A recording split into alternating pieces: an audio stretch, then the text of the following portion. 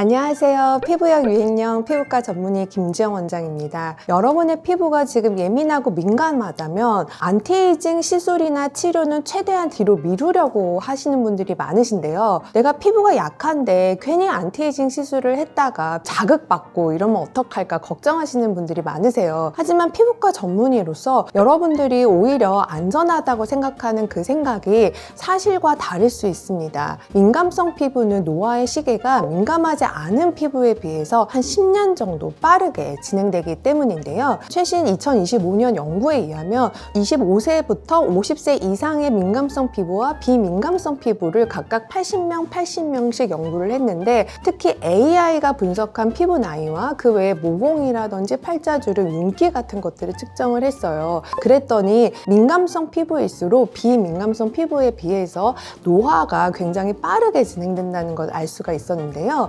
일단 민감성 피부는 25세부터 모공의 크기가 증가했고 팔자주름이 깊어졌고 무엇보다 AI가 측정한 피부 나이가 상승된다는 것을 알 수가 있었는데요. 사실 이런 현상은 노화의 초기 현상이기 때문에 민감하지 않은 피부분들은 이런 현상이 언제 나타나냐, 거의 30대 초중반, 한 33살에 나타나게 된다는 것입니다. 피부가 민감하면 단순히 붉어지는 것이지 이렇게 노화가 빨리 진행된다는 건 모르시는 분들이 많으실 거예요. 그러면 민감성 피부분들이 25세에서 30대로 넘어가면 어떤 일이 일어나느냐, 팔자주름이 더 깊어지고 윤기가 사라지고 피부가 칙칙해지는데요. 이유는 민감성 피부는 아무래도 피부 장벽이 약하기 때문에 외부에 염증 물질이 들어와서 피부 속에 염증이 계속 쌓이게 되기 때문에 그렇습니다. 이렇게 염증이 계속 쌓여서 생기는 노화를요, 염증 노화라고 하는데, 이 염증 노화는 수면 부족과 스트레스 때문에 악화가 되는데요. 특히 30대 때는 육아나 아니면 일이 과중하면서 수면 부족이나 스트레스가 증가하는 시기이기 때문에 민감성 피부의 염증 노화가 30대 때 굉장히 가속화되게 됩니다. 그렇다면 50대가 되면 민감성 피부와 비민감성 피부의 차이는 점점 더 벌어지게 될까요? 근데 여기서 이제 반전이 생기는데요. 이 50대가 되면 민감성 피부와 비민감성 피부의 노화가 점점 격차가 줄어들다가 오히려 민감하지 않으신 피부를 가지고 계시는 분들이 이 눈가의 주름이 오히려 더 깊어진 현상이 발견이 되었습니다. 이 이유는 뭐냐면요, 어렸을 때부터 관심을 갖고 초기에 계속 치료를 하다 보니까 오히려 50대가 됐더니 노화가 역전되더라 하는 그런 현상까지 이 연구를 통해서 알게 되었습니다. 그래서 결론적으로 우리 민감성 피부가 피부 노화에 취약한 것은 사실이에요. 그리고 그 시기가 언제냐, 바로 25세부터 34세라는 겁니다. 민감성 피부가 노화를 다룰 수 있는 최적의 골든타임이라고 할 수가 있겠는데요. 그렇기 때문에 내 피부가 민감하니까 안티에이징은 최대한 나중에 해야지 라고 생각하는 것이 아니라 오히려 내 피부가 민감하기 때문에 다른 사람에 비해서 안티에이징을 좀 빨리 시작해야지 라고 생각하시는 게 맞다라는 것입니다. 그러면 안티에이징 어떻게 시작해야 될지 궁금하실 텐데요.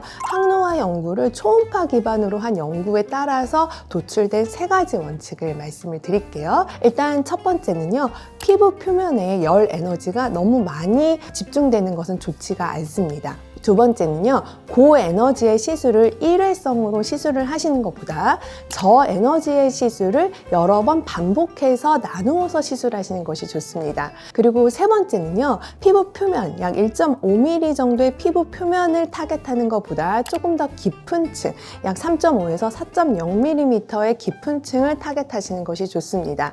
정리를 해보면 저자극의 에너지를 깊은 층을 타겟하면서 피부 표면에는 자극이 없는 시술을 반복 시술하는 것이 좋을 텐데요. 그러다 보면 시술의 횟수가 많아지게 되죠. 그러면 궁극적으로 치료의 비용도 좀 커질 수가 있잖아요. 그래서 정말 중요한 게 바로 가성비입니다. 민감성 피부 치료를 할 때는 1회 시술의 가성비가 조금 낮은 것을 선택을 하셔야 반복 시술을 하더라도 부담이 없으실 거예요. 그래서 이러한 원칙을 충족하는 제가 3가지 시술을 추천해 드리도록 하겠습니다. 일단 첫 번째는요, 저에너지의 하이프 장비입니다. 국산 인간하이프인데 저는 리니어지라는 장비를 사용을 하고 있는데요. 이런 장비들은 피부 표면에 열을 집중하지 않으면서도 피부의 구조적 안정성을 좋아지게 하기 때문에 홍조까지 좋아지게 하는 그런 장점이 있고요. 그리고 두 번째는 저에너지의 충격파 장비입니다. 저는 레비나스 리프팅을 사용하고 있는데 이런 치료는 애초에 열을 발생시키지 않고 물리적 에너지만 사용하고 굉장히 깊은 층을 타겟하기 때문에 피부가 예민하고 민감하신 분들의 안티에이징에 굉장히 좋은 치료가 될 수가 있고요. 그리고 마지막으로는 쿨 마이크로웨이브 장비이고요. 저는 온다 리프팅을 사용하고 있는데요. 이 온다 리프팅의 특징은 피부 표면이 굉장히 뜨거워지지 않고 굉장히 차가운 상태에서 강한 에너지가 깊은 곳까지 자극될 수가 있기 때문에 이런 피부가 예민하고 민감하신 분들이 가성비 있게 치료받으실 수 있는 치료법이 되겠습니다. 조금 더 초기에 정확하게 관리를 해서 피부 민감한 것뿐만 아니라 나중에 피부 노화도 역전할 수 있는 피부의 특징이다. 이렇게 생각하시면 좋을 것 같습니다. 이렇게 관리하시고 모두 피부 영해지세요. 감사합니다. 저는 실제로 29살에 정말 갑자기 어. 한 번도 여드름 만나본 피부가 그쵸. 뒤집어지고 좁쌀이 막 몇백 개가 올라오고 몇백 개씩이나? 엄청 많이 올라왔어요. 피부과에서 유일하게 했던 시술이 슈링크밖에 없었던 그때 거죠. 당시에 슈링크 자체의 원인으로 좁쌀 여드름이 올라왔다라고 설명하기엔 좀 어려울 것 같고, 근데 뭐 시술을 하기 전에 마취 연고를 바른다거나 연고 마취에 뭐 알러지가 있으신 분들이 있다거나 피부가 예민하고 민감하신 분들은 피부과에서 사용하는 어떤 앰플이 나랑 안 맞았을 때 바로 뒤집어지시는 분들도 있으시거든요. 민감하신 분들은 본인 화장품을 가지고 가서 하는 그렇게 많이 해요. 심지어 핸들링에도 예민해가지고 너무 터치 때문에 안 맞아서 셀프로 세안하신 분들도 많아요.